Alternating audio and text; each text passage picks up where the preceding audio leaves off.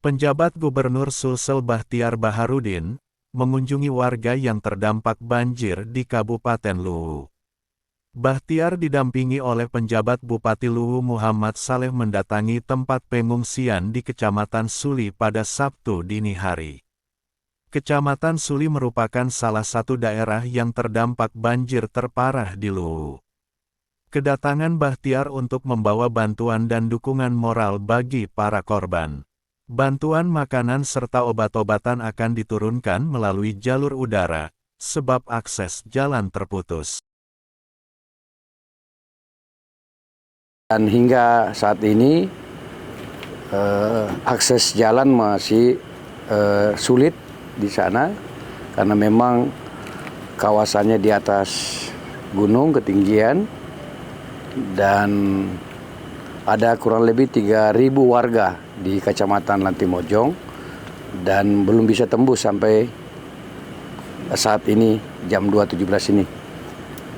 Jadi mungkin harus sementara dicek oleh TNI Polri dan petugas penanggulangan bencana dan satuan-satuan rescue jalur yang terdekat.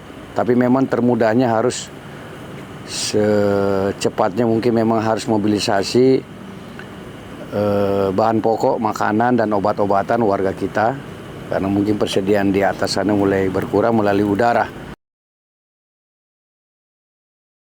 Penjabat Gubernur Sulsel Bachtiar Baharudin mengatakan, bencana banjir di Luwu menimbulkan 14 korban jiwa.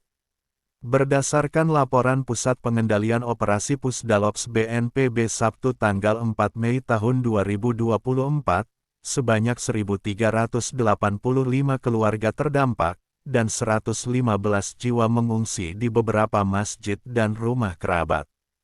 Sedangkan kerugian material tercatat 1.867 unit rumah terdampak, 103 unit rumah rusak berat, 42 unit rumah hanyut, 4 titik ruas jalan terdampak, 1 unit jembatan terdampak, 14 unit kendaraan roda 2 dan 4 terdampak, serta lahan persawahan dan perkebunan warga terdampak.